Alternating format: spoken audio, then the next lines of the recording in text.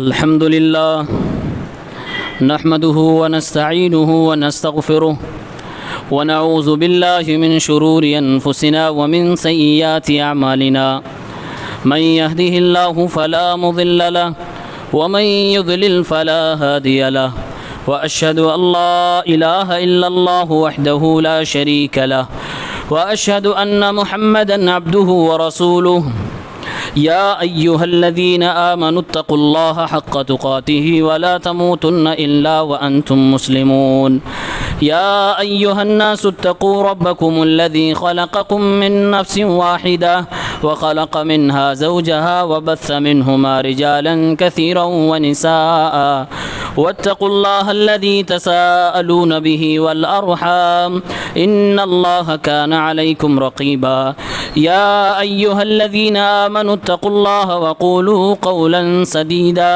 يصلح لكم أعمالكم ويغفر لكم ذنوبكم ومن يطع الله ورسوله فقد فاز فوزا عظيما أما بعد فإن خير الحديث كتاب الله وخير الهدي هدي محمد صلى الله عليه وسلم وشر الأمور محدثاتها وكل محدثة بدعة وكل بدعة ضلالة وكل ضلالة في النار أعوذ بالله من الشيطان الرجيم بسم الله الرحمن الرحيم ورفعنا لك ذكرك معزز سامعین کرام، حاضرین جمعہ، اسلامی بھائیوں، عزیز ساتھیوں، سب سے پہلے ایک بات میں واضح کر دینا چاہتا ہوں کہ کوئی بھی شخص سننے والا قطعاً یہ جرأت نہ کرے کہ ہمیں گستاخ رسول مانے۔ رسول اللہ صلی اللہ علیہ وسلم کی شان، آپ کی عظمت ہم قرآن سے اور آپ صلی اللہ علیہ وسلم کے فرمان سے، صحابہ کرام کے کردار سے بیان کرتے ہیں۔ ہم قرآن مجید سورہ آل عمران کی آیت نمبر 164 بھی پڑھتے ہیں، جس میں اللہ نے فرمایا ہے لَقَدْ مَنَّ اللَّهُ عَلَى الْمُؤْمِنِينَ اذ بعث فيهم رسولا من انفسهم يتلو عليهم آياته ويزكيهم ويعلمهم الكتاب والحكمة وإن كانوا من قبل لفي ضلال مبين۔ کہ اللہ تعالیٰ نے یقیناً مومنوں پر احسان فرمایا ہے کہ اس نے انسانوں کی بستی میں سے، انسانوں میں سے، انہی میں سے، ان میں سے سب سے بہتر کو ان کا رسول بنا کر ان کی ہدایت کے لیے مبعوث فرمایا۔ ہم رسول اللہ صلی اللہ علیہ وسلم کی رسالت کو اور آپ کی بعثت کو قرآن کی اس آیت کے حوالے سے اللہ کا احسان عظیم مانتے ہیں۔ اللہ نے قرآن میں سورہ حجرات میں کہا یمنون علیک ان اسلموا قل لا تمنوا علی اسلامکم، اے لوگو تم رسول پر، اللہ پر، قرآن و حدیث پر، علماء امت پر احسان اس بات کا نہ جتلاؤ کہ تم ہدایت پہ چل رہے ہو تو ان پر کوئی احسان کر رہے ہو۔ تمہیں اگر ہدایت ملی ہے، تمہیں اگر اسلام ملا ہے، تمہیں اگر توفیق توحید کی مل چکی ہے تو یہ اللہ کا تمہارے اوپر احسان ہے، تمہارا کوئی اللہ پر احسان نہیں ہے۔ بل اللہ یمن علیکم، بلکہ اللہ کا احسان ہے کہ تمہیں ایمان کی دولت سے سرفراز کیا۔ یہاں ایک بات ہم یہ بتلانا چاہتے ہیں، اللہ نے فرمایا وَرَفَعْنَا لَكَ ذِكْرَكَ، اے نبی ہم نے آپ کے ذکر کو بلند فرما دیا۔ کیسے بلند فرمایا؟ قرآن نے جواب دیا کہ زمین والوں کو حکم دیا اللہ نے کہ میرے نبی پر درود و سلام بھیجو، فرشتوں کو بھی حکم دیا، فرشتے بھی بھیج رہے ہیں، اور خود قرآن کہتا کہ اللہ تعالیٰ میرے نبی پر رحمت نازل فرماتا ہے۔ استدلال یہ ہے کہ میرے نبی کی عظمت کو، آپ کے ذکر کو اللہ نے بلند کر دیا ہے۔ جتنے ذرائع، جتنے اسباب ہو سکتے تھے جس سے میرے نبی کا ذکر بلند ہو، وہ ساری چیزیں اللہ نے بتا دی ہیں میرے پیغمبر کی زبانی سے، اپنے کلام الہی کے آیتوں کے ذریعے سے، یا صحابہ کرام کے کردار و اعمال سے۔ ذرا بتاؤ، جو یہ آج کے معاشرے میں نبی علیہ السلام کے ذکر کے نام پر، نبی علیہ السلام کی عظمت و رتبے کے نام پر عشق رسول یا محبت رسول کے نام پر کیا جاتا ہے؟ کیا اللہ تعالیٰ نعوذ باللہ یہ بتانا بھول گیا تھا کہ اس کے ذریعے سے میرے نبی کا ذکر خیر ہوگا، میرے نبی کی عظمت و رتبہ بیان کیا جائے گا؟ نعوذ باللہ، ہم ایسا ہرگز نہیں مان سکتے کہ میرا اللہ بھولا ہے۔ اللہ کبھی کسی چیز کو نہیں بھولتا ہے۔ وہ عالم کان وہ عالم ما یکون، اور ہر چیز کا اللہ رب العالمین جاننے والا ہے۔ لہذا یہ کہنا کہ رسول کے دور میں نہیں تھا، صحابہ کے دور میں نہیں تھا، لیکن یہ ایک اچھی چیز ہے، اس سے میرے رسول کی عظمت بڑھتی ہے، اس سے لوگوں کے درمیان ہم رسول اللہ کی شان کو ظاہر کرتے ہیں، اظہار کرتے ہیں۔ گویا کہ بندہ یہ کہنا چاہتا ہے کہ اللہ رب العالمین یہ طریقہ نہیں بتا سکا، نبی یہ طریقہ نہیں بتا سکے، صحابہ یہ طریقہ نہیں اپنا سکے جو آج ہم اپنا رہے ہیں،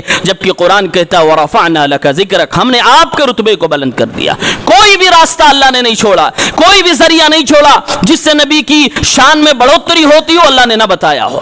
میرے نبی کا مسکرانا حدیث میں موجود ہے، میرے نبی کا کب آپ نے مسکرائے تو آپ کے دانت نظر آئے، یہ آپ کی حدیثوں میں موجود ہے۔ میرے نبی کتنی دیر کسی بات پر خاموش رہے، یہ میرے نبی کی حدیثوں میں موجود ہے۔ میرے نبی کے بال کیسے تھے، یہ میرے نبی کی حدیثوں میں موجود ہے۔ میرے نبی کے چہرے پر کس طرح سے مسکراہٹ آتی تھی، آپ خطبہ دیتے تو غصہ کس انداز میں آتا تھا، آپ کے چہرے کی شکل کیا ہوتی تھی، آپ کے بال کیسے تھے، آپ کا چلنا کیسا تھا، آپ کا بیٹھنا کیسا تھا، آپ کا اٹھنا کیسا تھا، آپ کی نمازیں کیسی تھیں، آپ کی دعائیں کیسی تھیں، آپ کا اپنی بیویوں کے ساتھ ویوہار کیسا تھا، یہ ساری چیزیں جن احادیث مبارکہ کے اندر موجود ہے وہ احادیث کے ذخیرے میں چیلنج ہے کوئی تلاش کر کے لائے اس عید میلاد کی حیثیت اور اس کا مقام و مرتبہ اور اس کی مشروعیت کو کوئی ثابت کر کے دکھائے، جہاں نبی کے باریک باریک مسئلوں کو ذکر کیا گیا ہو۔ کیا یہ جس کو ہم عیدوں کی عید کہتے ہیں یہ صحابہ کرام بھول گئے؟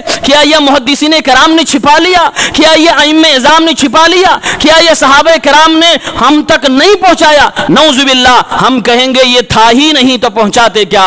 یہ ہماری اور آپ کی اپنی ایجاد ہے۔ دوسری بات غور سے سننے کی بات ہے، جو شریعت کے ایام ہیں، یعنی جو وہ دن جو شریعت کے اندر اہمیت کے حامل ہیں، اسلام کے اندر جس کو کچھ مرتبہ جن دنوں کو ملا ہوا ہے وہ کسی سے ڈھکی چھپی نہیں ہے۔ یہ آج جمعہ کا دن ہے، خطبہ جمعے کے دن ہوگا، سنیچر اتوار کو نہیں ہو سکتا، ہفتے کے بقیہ ایام کو نہیں ہو سکتا۔ ہماری اور آپ کی دو بڑی عیدیں تاریخ متعین ہے، 1 شوال کو عید الفطر ہوگی، تاریخ متعین ہے 10 ذی الحجہ کو عید الاضحیٰ ہوگی۔ حج ہمارے دین کا ایک اہم رکن ہے، تاریخ متعین ہے کہ 8 ذی الحجہ کو یوم الترویہ ہوگا، 9 کو یوم عرفہ ہوگا، 10 کو یوم النحر ہوگا، 11 12 13 کو ایام التشریق کہا جائے گا، تاریخ متعین ہے۔ گھر کے اندر بچہ پیدا ہوا، ایک خوشی ملی، اس خوشی کے اظہار کے لیے دن متعین ہے کہ 7ویں دن عقیقہ کیا جائے گا۔ اسلام کا ایک اہم رکن روزہ رکھنا ہے، مہینہ متعین ہے، پورا رمضان کا مہینہ چاند دکھے گا وہ مہینہ شروع ہو جائے گا، چاند دکھے گا وہ مہینہ ختم ہو جائے گا۔